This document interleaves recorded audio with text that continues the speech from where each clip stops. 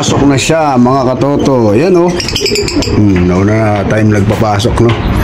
Ang problema, magandang umaga mga katoto. Pasensya na ho tayo at tumitim ang inyong lingkod kasi nagagawa ho tayo ngayon ng long line. Napakainit po sa labas. Obligado po kasi natin trabahuin po yung long line. Napakadami po kasi. Pero hindi yan ang pag-uusapan natin, no?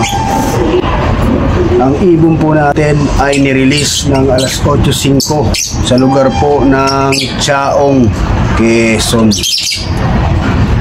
Malayo na po ito. Naalala ko pa nung mga unang araw na tutok pa tayo sa pagkakalapate. Yung mga release na po na yan, dyan po nag-i-start yung ating kapirahan, no? Lagi tayong panalo yan sa mga area pooling na yan, saka sa mga side-bet na yan mga katoto. Patunay lamang na kapag hindi ka po talaga tutok sa iyong pagkakalapate, huwag kang aasa na magiging consistent ang tulin o bilis ng ibon mo sa pag-uwi.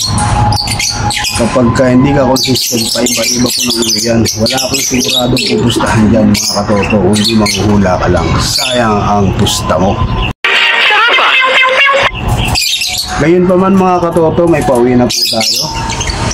Yan na ibon ni paring Awi. Problema, hindi niya mahuli. Yun lang. Nandyan sa bubong ng court. Pero may pauwi na rin po tayo. Mauna ang pa siyang huli ng ibon natin. Tingnan natin kung sino maunang pumasok. Ito na sa atin. Checkered. Yun o, checkered. Paunahan na lang. Paunahan na lang pumasok.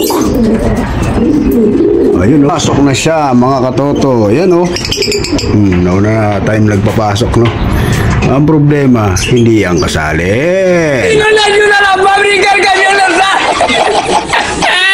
Naka-double ban yan mga katoto. PHA. Check natin yan. Nga lang, mas unang lumapag yung kay paring Awi, yung kanyang pambato na kulay pula. Mas unang sumutong sa atin. Ang problema nga lang nito mga katoto, hindi mo yung kasali.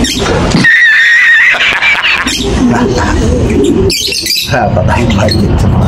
Yun. At kapag ang ibon nyo po ay sinasali nyo sa mga puling ng malapitan, may problema po tayo dyan kapag uhulihin na po natin.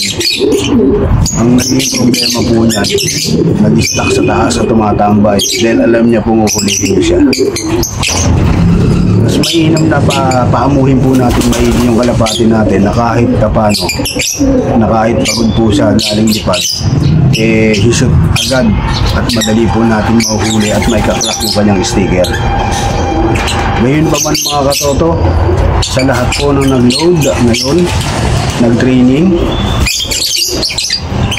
sa Chaong, Quezon, especially ang Team Tramo at ang ating club na SPR. Magandang umaga po sa inyong lahat.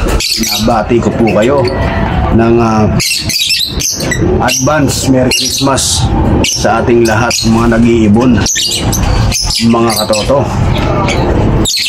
Hanggang sa muli po nating pagkikita, ako po ay nagpapasalamat sa inyong patunay na pagsuporta sa ating channel. Atin, yan na po sila, 10 piraso po yan. 2, 4, 6, 8, 10. Baling nawala dyan mga katoto, si Putol. Di ko alam bakit nawala yun, palibasa Putol. Hindi na siya bumalik. Malamang nahuli na siya, kaya hindi na siya nakabalik. Bagamat kompleto, sa susunod na training uli, mapapalaban uli kayo. At gayon na lang po mga katoto, pansamantala ko po munang pinuputol ang ating video. Mabuhay po kayo. Peace.